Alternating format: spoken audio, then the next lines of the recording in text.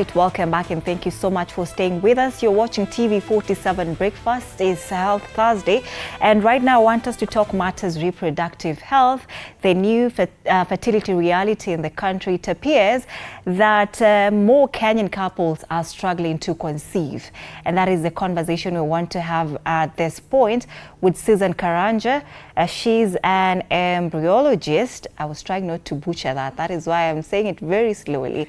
Embryologist at the Nairobi West Hospital. Karibu sana, Susan, for making time. I asked you which team you're supporting, but you're just a girl. Apparently don't watch football. But for me, my name is Annie and I'm an Arsenal fan. Welcome. My director is tired of me today, but you know, what will he do about it? Absolutely nothing. But you know, a lot of the things that we want to address this morning, Susan, as far as declining fertility rates are concerned, delayed parenthood, but you know, I've started by saying it appears that a lot of Kenyan couples are struggling to conceive. Is that what you see on ground, and would you agree to that? Yeah, in my opinion, they struggle because they take time before they think of parenthood. Most of them, they first venture into education. Some are raising their own siblings, so they take time. Yeah. So when you say they take time with this, and in turn affecting, you know, maybe their chances of being able to get pregnant, then at what age should people start now, you know, trying for kids? You see, every person has been created with their own ovarian quality. The eggs are standard. Like every person have their own egg reserved period. So the older you get, the lesser eggs you have. So at the age of 20 to 25, you are at a good chance. 25 to 30, still like 50%. 35, from 30 to 35, it keeps on decreasing like that. Yeah. So what happens? So the older you get, the lesser eggs you have, and the lower chances of getting pregnant. Yeah. So what happens to these women who decide to get pregnant later on in age, especially for people who are trying for their very first child?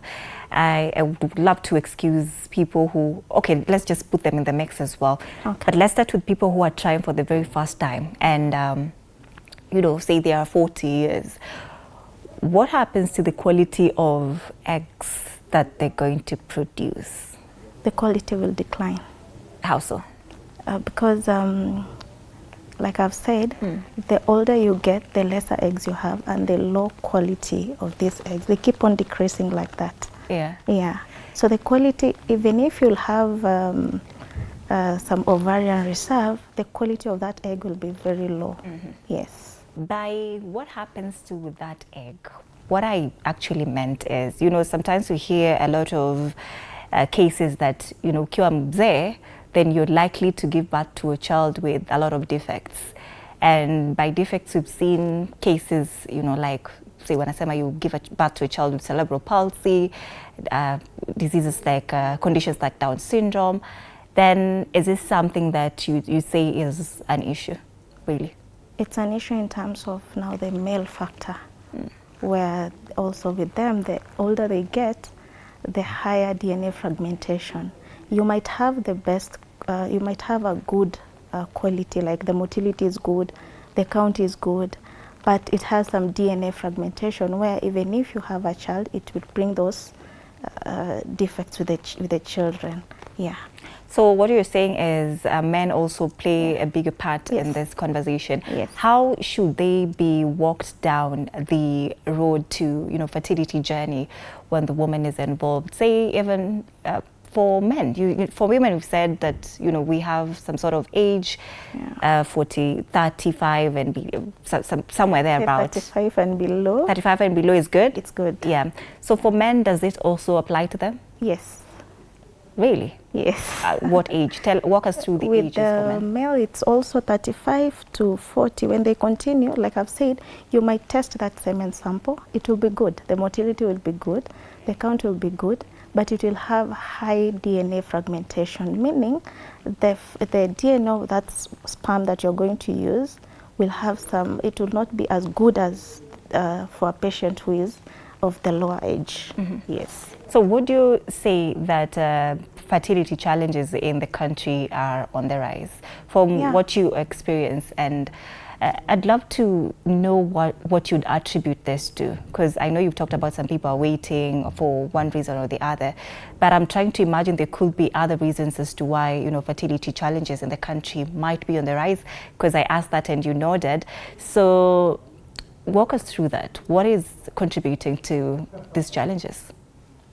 One could be high living, the rising of the standard of living it's rising.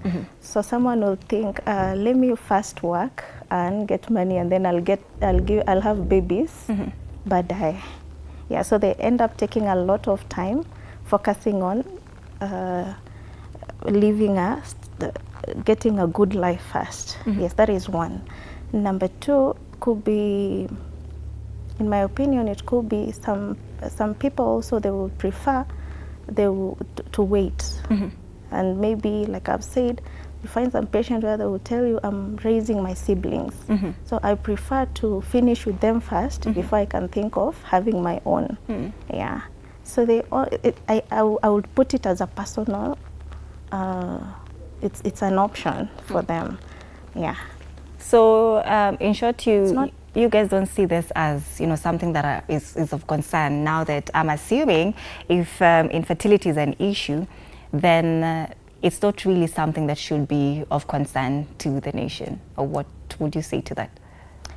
It's of concern because now people are getting pregnant at a very old age, and then they don't have the strength now to raise these kids. So it's not like back then where people would give birth at an currently having a family, it's not a matter of emergency like back then.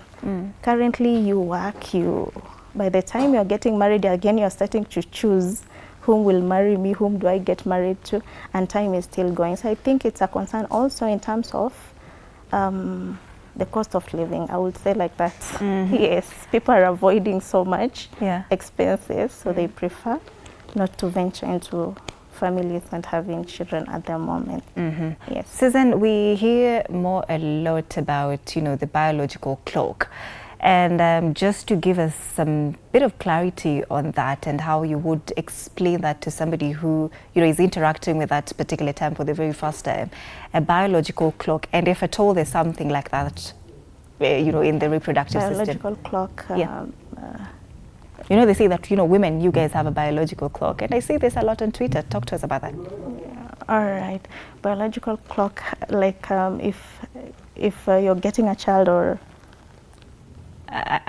just in general, you know, when they say that, you know, women, you have a biological clock, and if you're past that, then getting pregnant it's the 30, be had. The 30 years, the 35 years, the older you get, the lesser eggs you have.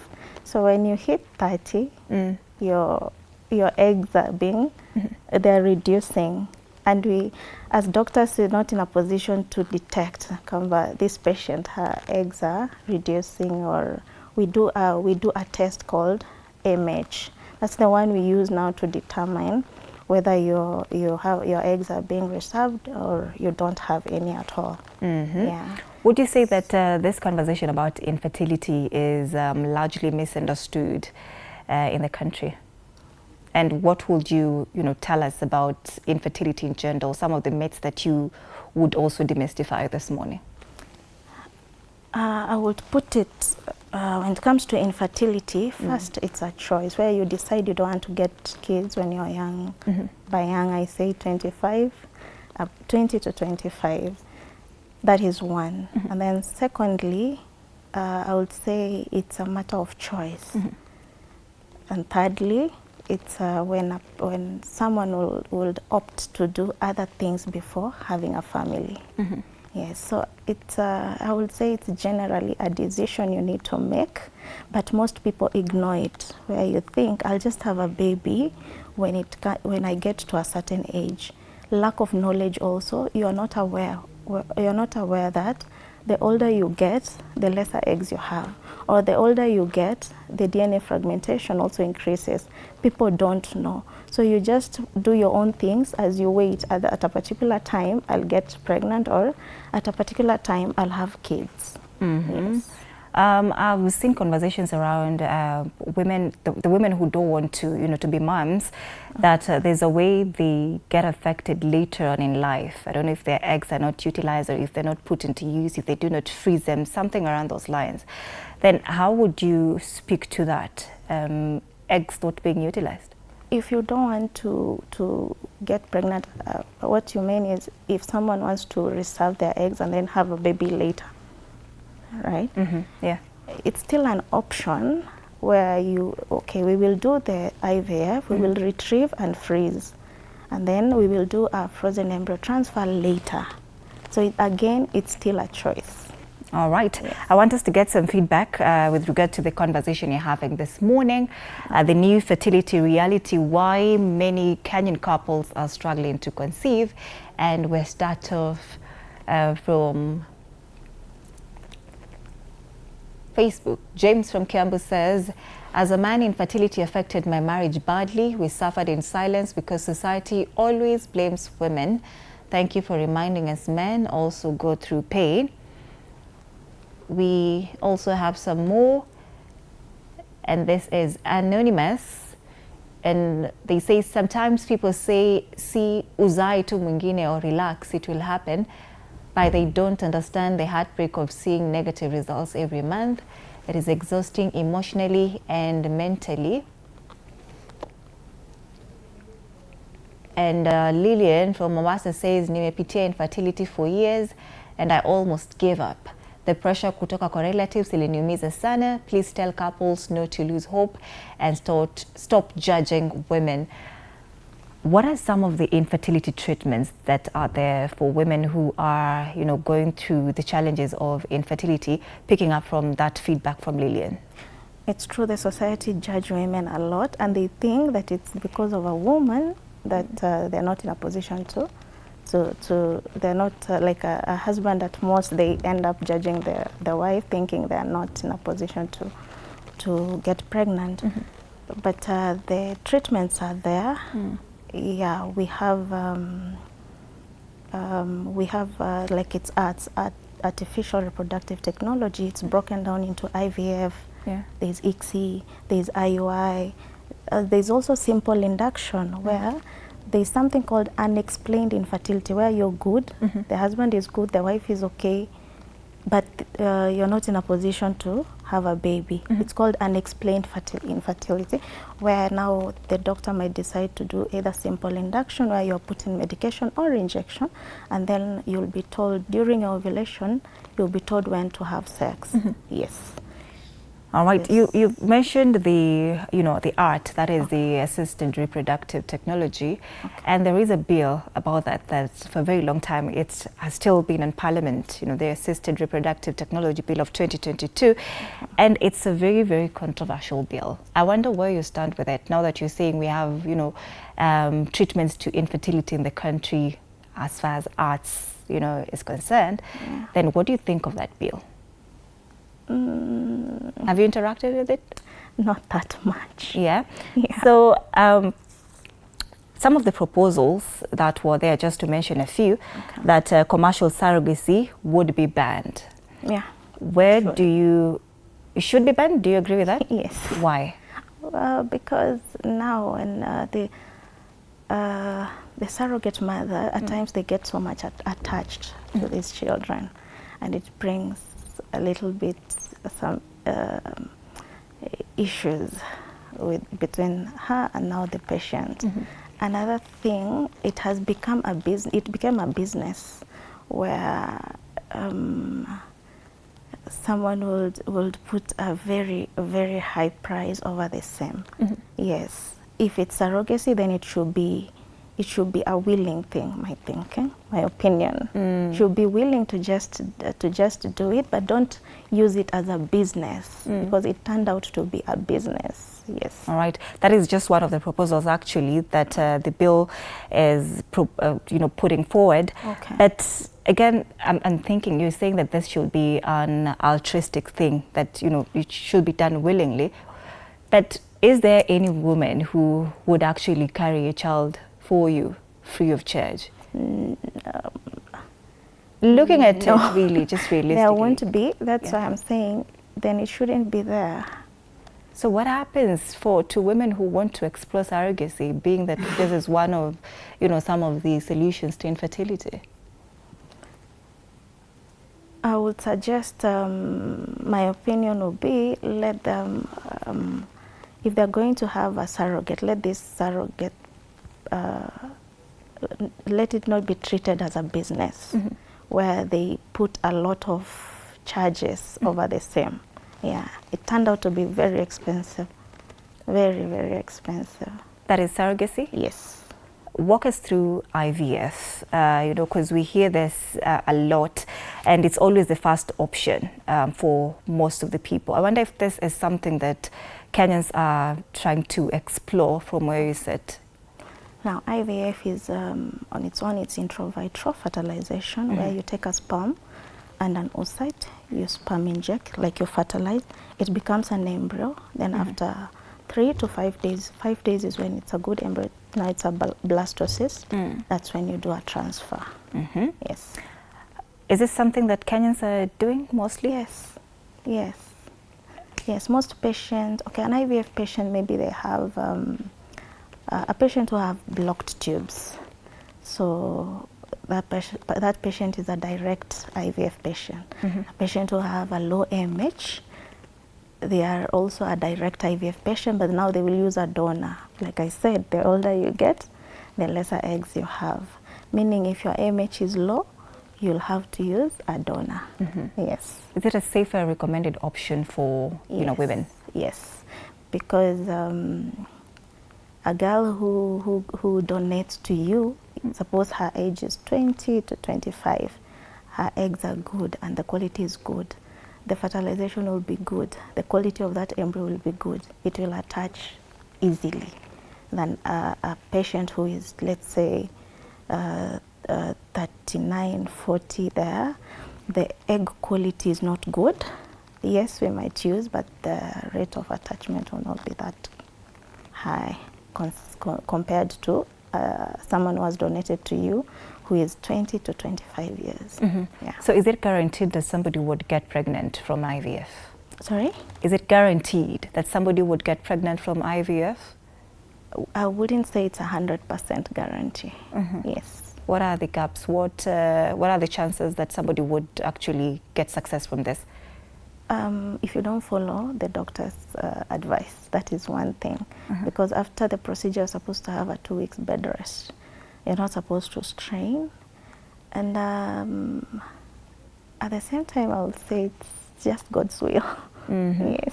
How long does the process go for IVF? From the time of love preparation, because the first time you come for consultation, the first consultation will do the hormonal profile, the HSG, and the TVS, transvaginal scan. That is the first visit. Now, the second visit you come, the doctor will be sure, are you an IVF candidate? Are you an ICSI candidate? Are you an IUI candidate? Then from there, on day 2 of your period, also there are some hormonal profile you're supposed to do. Then on day 2 of your period again, we are supposed to start now stimulation. That is now the injection. It can go 10 to 12 days, depending on the growth of the follicles. That is now, after every 3 days, through those injections, now the second day you're taking injection every day, every day, every day. But on the 3rd day, we're taking the 1st, 2nd, the 3rd day, we do folliculectomy, we check the follicles. If they're growing well, we maintain the injection, the standard, but now if they are not growing well, we increase now the medication. So on day 10, we will do retrieval. We will retrieve on day 10, we will sperm inject on that same day. After, like retrieval is, let's say at 10, we will sperm inject after like 2 hours, and then we will watch how it grows up to day 3.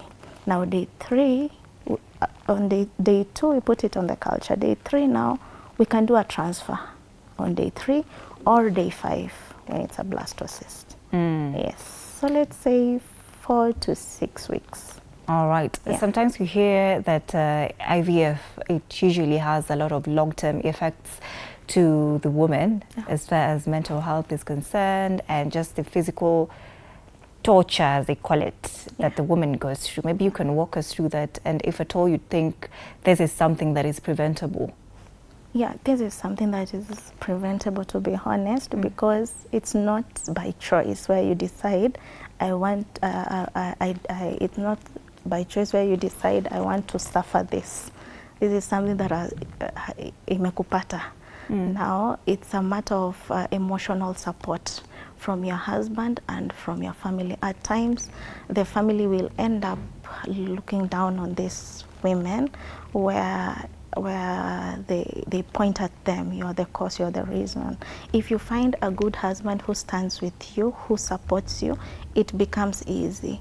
But oftentimes, I interact a lot, you see the husband will end up looking down on their wives. You are the reason. Some will even walk out and have other kids out there. It has become an emotional journey. So IVF patients are very emotional and very sensitive, being that they've walked through a lot of emotional trauma and torture from both families and some, even the husbands themselves. But it's good for them to understand that this is not their choice to decide where I want to be in this space. No. They found themselves. Now, the best and the easiest way, so that even us, when we are doing that IVF, it can attach. By the way, when you're stressed, it will not. Now, they need emotional support. Yes, they really need emotional support. And also, you find in cases where the husband is the problem and the wife is good. Now, the husband, maybe they have they ejaculate just the fluid without anything inside. You end up now the husband is now the issue. Now the wife needs to support the husband. Like IVF is a journey for two. Yes. So you do agree that IVF is torture to the woman. Yes. Then what are some of the simpler options that women who are trying to get pregnant should explore? Apart from IVF. Apart from IVF, yeah, get pregnant early. There are people who are barren. Those who are I know that people who are barren, yeah, but termed barren, quote unquote, yeah, but they get miracle babies later on in life. Yeah. But if they have been trying to get pregnant early, but there's no success to that. Okay. I think get pregnant early is not a good answer for that group of people. Okay. So what are simpler, realistic options for people who cannot, do IVF because of the emotional torture that it does to them? They can adapt. Adoption? Yeah, adoption. What is your role as an embryologist? That is quite a mouthful for me. In this IVF process. We fertilize now the sperm and the egg to become an embryo. Yes. Walk us where through we that. walk. Okay. Now first it starts by the analysis, where you analyze the semen to see if it's viable for you to proceed with IVF. And now after that, the doctor will now analyze and go decide, is this patient for IVF, IUI? Suppose it's IVF, now there's that stimulation part, and then now retrieval. Now after the eggs have been retrieved, now we sperm inject. After sperm injection, now we culture. After the culture period, now we do a transfer.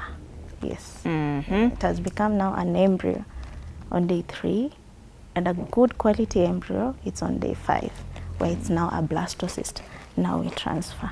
All right. Yes. And when you talked about sometimes men are the problem. So when men are actually the problem when it comes to infertility, then what are the treatment options for men? They can go through a surgery to open maybe the tubes. And they can also do TESA, yeah, where we remove the sperms from the testicles. Yeah, we can also do a biopsy, testicular, it's called TESA, testicular extraction, where we check. Yeah, there are so many options. Yes, we can do TESA and do IVF. Yeah. Yes. IVF for men as well? No, now IVF is where you take the sperm. Suppose the husband ejaculates fluid, we take now the sperms from the testicles. Yes, through TESA. Now we use these sperms of the husband for IVF. Already we've retrieved the eggs. Now we sperm inject. So what causes infertility in men?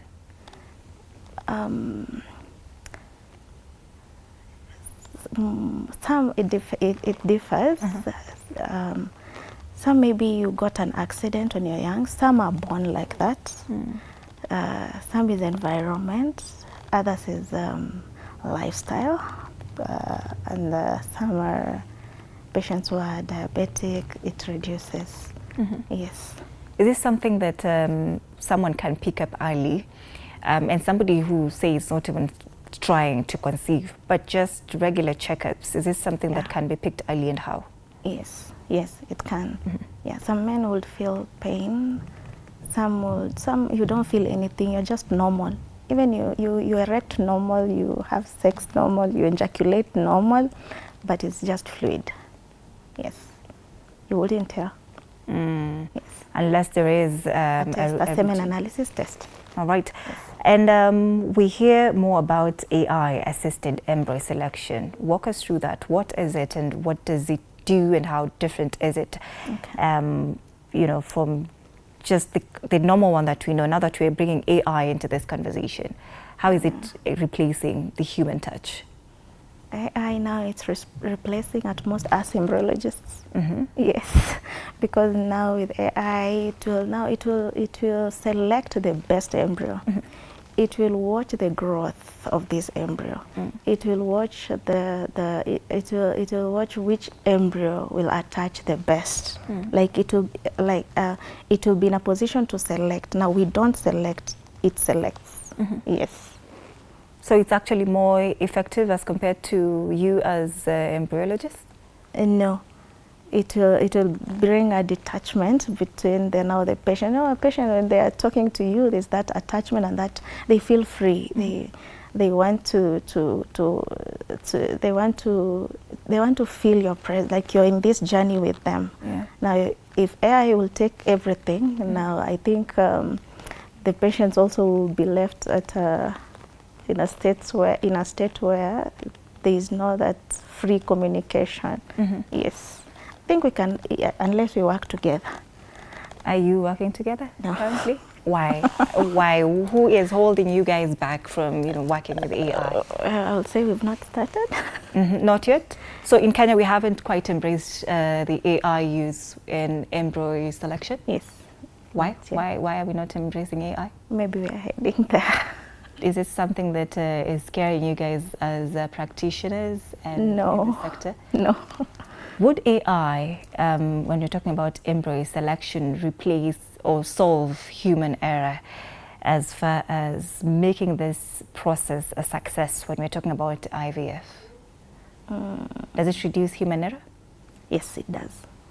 So you do agree that sometimes you guys as doctors, you do some errors that these patients don't get success in the long term? No, it has nothing to do with the success, but it has everything to do, we are human, but this thing you report early. You see, you report early, like let me speak for us in the lab.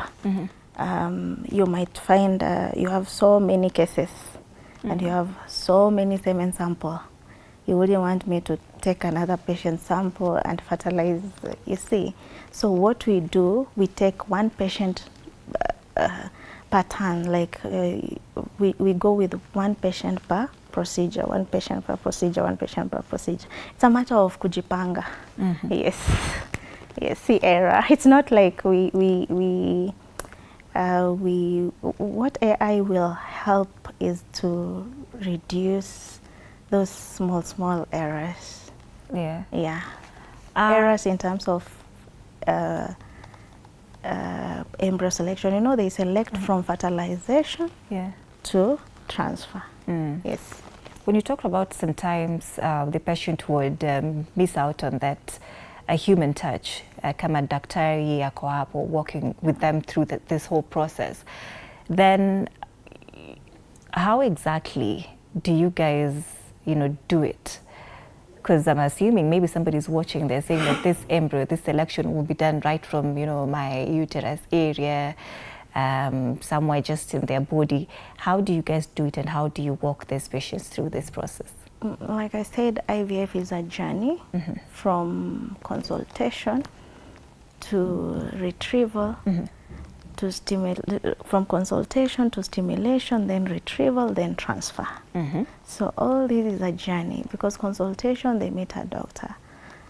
From consultation, then they come to stimulation. They meet you in stimulation, they meet you in retrieval, they meet you in transfer. So when it comes to retrieval, and then there is a detachment, and then we have now the transfer part. I don't think it will go well with them, in my opinion, because IVF patients are very emotional and very sensitive. There are patients who needs to be handled with a lot of sensitivity and care. Yes. So when these patients say, you know, they've been trying for a child, and then the woman, they approach you guys, what do you walk them through before, of course, proposing a treatment option for them? And how do you decide on the treatment option best for a particular, you know, patient? Are they patients? Patients, yeah. They are patients? Yes. Okay, yes. How do you walk them through that? Now they will do the hormonal profile. Now this hormonal profile will determine whether your egg are reserved or they've gone low. So if they are low, we know this patient will use a donor. That is one. And number two, there is now the HSG, hysterosalpingogram, where you check the tubes. Now the results will show whether the tubes are open, or if there's any inflammation or anything. If they are blocked. Then if they are blocked, we know, if both we have bilateral, then we know this is an IVF candidate. Now, suppose the wife is okay and the husband, we do a semen analysis and we see the quality of this semen is not good, then we will opt first for a NIUI, intrauterine insemination. That is the third one. And now the fourth one, where there is unexplained infertility, and then the doctor might opt for a simple induction. Yes. Yes. I'm thinking of that's a wonderful answer. I'm thinking of how you walk them through, you know, emotions, and if at all there's counseling before, you know, going through this journey. And if at all, say the woman peke yake amekuja and they're looking for an option, do you go all in and take them through that process alone, or how do you do it exactly as far as emotional support is concerned? When they come, like I said, first they do consultation. The first consultation, if she has come alone, well and good. The next visit will request her to come with the husband. We take them through counseling. Yeah, we take them through counseling because you'll find most of them have tried so many options before they can finally decide, now I want IVF. They have tried, they've tried every other option before now they can settle for IVF. Yeah, so we take them through emotional, we take them through counseling, yeah. How about couples who, you know, their partners, say their male partners, aren't willing to come for these consultations, or maybe just accept that they could be the problem? High chances you find cases like that. You know, for a man to agree, I'm going for a fertility checkup, it will take a lot of convincing before they can actually come.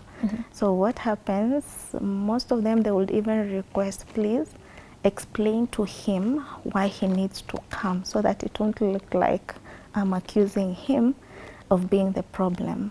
So yeah, we end up talking to them, and they agree. They come, they do the analysis. Yes. For men who find out that, I thought my wife who has been the problem all this while, then how is the reception usually from what you've seen in the corridors? Most of them, when you counsel them, they accept. Yeah, they accept, and you'll now find them walking through this journey together. Yeah, most of them accept. Yeah, because now there's a solution. Yeah, so they work together towards the solution. Yes. And being somebody who has been in this area for quite some time now, would you say that the insurance cover that we have is catering to this particular group of people who are exploring other options to fix their infertility issue?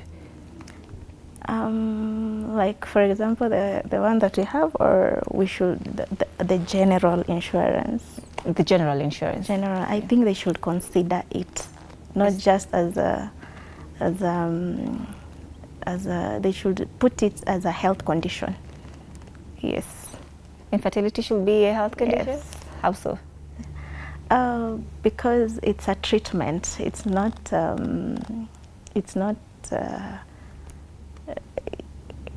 it's a treatment. All right, I want us to get some more feedback. We are talking about fertility, why Kenyan couples, or maybe not all, some, are struggling to conceive. Let's get some feedback from our socials. Peter says, my wife cries every Mother's Day. We've tried hospitals, prayers and treatment. Infertility is real and painful. Couples need support, not mockery. Wanjiru from Nyeri says, people laugh and call women barren without knowing the battles they're fighting. This topic touched me deeply. Infertility can make someone feel very lonely. Faith from Kisumu says, please, doctors, also talk about the emotional side of infertility. Depression is real. Some of us smile outside but cry every night. That is Faith from Kisumu. We also have Mercy. Mercy is watching from Nakuru, and she says, thank you for this conversation. I've been married for 8 years, and every family gathering feels like an interview. Mtoto lini, people don't know the tears we cry in private. This topic is healing. There is a concern there for you, Susan, to talk about the emotional toll that this has on people, who maybe they haven't started the fertility journey or anything. They've been trying, yeah? But then how do you help them in such cases? Maybe they're just coming to seek for an opinion, but then they cannot afford these treatment options. Then what do you tell them at that point? Let's say they've been analyzed and the doctor has ruled out that this is an IVF candidate. I'll be honest, IVF is expensive when you're paying cash. At Nairobi West, we have an option where we break it into like you'll not pay the complete amount. We will break it into section.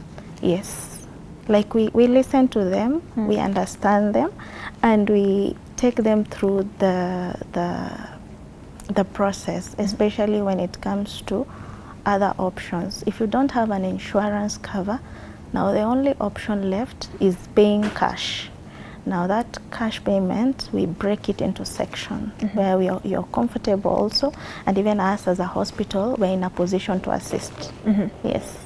Do you think fertility or infertility treatment rather should be treated as a luxury thing in this country, or should it be looked at, a legitimate healthcare concern? How would you say this? It's not luxury. It's a health condition. But for people who cannot afford it? For people who cannot afford it, there is also an option of IUI, but first they need that consultation. An option of? IUI, intrauterine insemination, it's cheaper, but now that will also depend with your age, and it will also depend with the HSG, the tubes and all that. Yes. You've walked us through IVF. You've given us another option, which is cheaper, IOI. Yeah. I want you to walk us through IOI and what it does, which patients are eligible for this particular procedure, and how you walk them through. For IUI, it's intrauterine insemination, where you take the husband's sperm, you wash it, you remove, you wash, you wash it, you remove the bad ones, you remain with the good quality sperm. Now this one you sperm inject, but now this one is only for patients who have good tubes. The tubes are not blocked, and also for patients who have good AMH, and also where the wife is okay, but the husband has is now the health condition is on his end. Yes, it's not enough for everybody.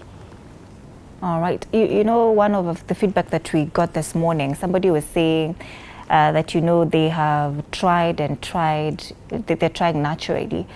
But is it something that you would recommend? I know you're big on, you know, start early and all, but people who have been trying naturally, you know, maybe they've tried IVF, it didn't work. And then now they say that, you know, let's try naturally. Are there chances that, you know, there would be success in that? Again, now also it depends with age. I think with fertility, it's all about your age. Yeah. And if you try naturally and your IVF has failed, before IVF fails, you've tried that natural, you've tried to conceive the natural way, and you couldn't. That's when you opt now for IVF. Yeah. All right. What's your take on egg freezing? Is this something that you would recommend? I would, because you see, suppose like the cover that you have currently, they're given two options. So if you try your first option and maybe it doesn't go through, the second option, we are done. Now you need to pay cash. Yeah. So I would recommend the first one. Let's freeze. Suppose we transfer and you don't get pregnant, you can always do a frozen embryo transfer. You want to go through the torture of being under anesthesia, retrieval, and then now transfer. Now this one will just be frozen embryo transfer, and we transfer. Yes. So what happens to eggs that are freezed for the longest, say for somebody who wants to freeze them for the rest of their lives? What happens? No, there's a consent you sign. We have a period. Yeah. You cannot freeze your eggs for lifetime? You can, but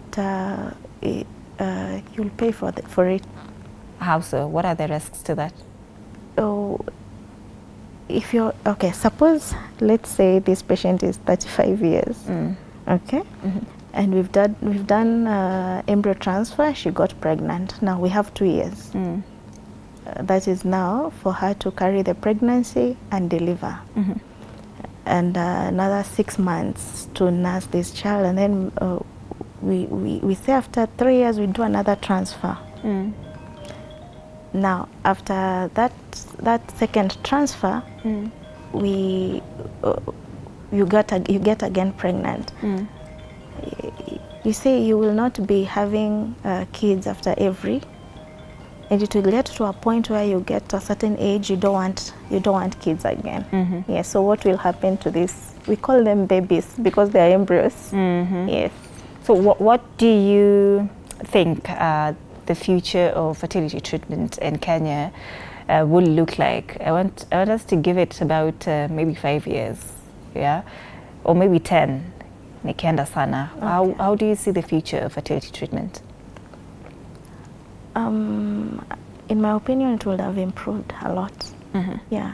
Being now we're bringing AI and all that, it will improve. Then we have the matcha where it will also make sure that this patient is for this embryo. It will improve a lot. In the next 5 years, fertility treatment will improve. What are the gaps currently that are holding that particular, initiative back? when we're talking about, people are trying to conceive, they're seeking fertility treatment options. There are a lot of things that are coming in, like AI that you've mentioned. So what will you say is still holding us back from also just catching up with global trends?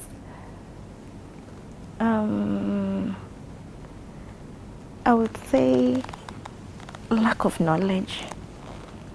Yeah. One, lack of knowledge. People don't know. People sit and relax and be like, I'll just get pregnant.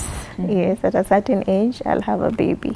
That is one. And then secondly would be the economical growth. Yeah, things are becoming very expensive, where people will opt to not to do much.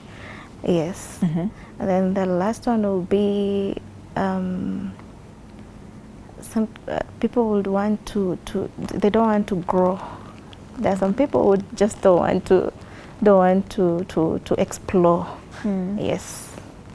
We are at a time when a lot of Kenyans are more, vocal about not wanting to be child-free, rather. When you hear such conversations, what comes to mind? Are you in support, or as a doctor who's also dealing with, matters fertility, then what comes to mind? For patients who want to be child-free. Yeah, for a lot of Kenyans want to be child-free. Yes, it's because of the high standard of living, I would say. Maybe some is for just personal reasons. They don't want to go through, the process of childbirth, pregnancy and all. But looking at it long-term health-wise even, what do you think? You say it affects them. Okay, it affects them later. Someone will be at her 20, 30, and they'll be like, me sitaki watoto. But when it comes to the age of 40, you actually, most of our patients are there, where they study, they work, and then at a certain age they come and tell you, I didn't want kids. I wish I did this early. Yeah. So when you say it affects them, I'm thinking, how exactly does it affect them? Because I know a lot of people would want to also get that point. Like I've said, at a time when a lot of Kenyans are more open about this conversation, then how does it affect them even, in their 40s, as you say? I'm looking at this health-wise and just their quality of life. How does it affect them? It affects them because, like I said, when you're at 40, your ovarian reserve is very low. Yeah, and when you get there and you want a child, these are people who don't want children. Completely. So they're safe. They're not affected in any way. They can just live their lives. Yeah, for people who don't want completely, it's a choice. They might decide it's taki kabisa kabisa. Yeah. It's a choice and it's okay for them. But nothing will happen to their uterine walls, their cervix, their whatever, their insides. They are totally safe. Now that one, they will need to go for a checkup, just a normal checkup, just to check. But it has nothing to do with them wanting to be unless they have PCOS, like polycystic ovarian syndrome. Having a baby is one of the, it's like a cure. It reduces the symptoms of PCOS. Yes.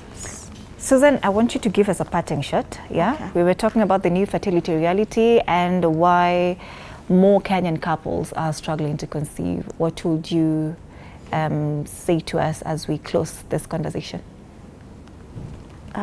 First, I would say they should support each other, because it's not one-sided. Both of them, they should come together and support each other and walk through this journey of infertility together. Yes. All right, thank you so much, Susan, for making time. Susan Karanja is an embryologist at the Nairobi West Hospital.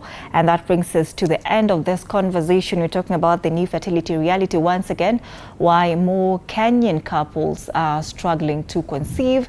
And let's continue this conversation on our social media platforms at TV47 Kenya, on Facebook and on YouTube, and on X at TV47 Digital. Be sure to tag me at Annie_Odida. My name is Annie Odida. I'll see you tomorrow bright and early. Good morning.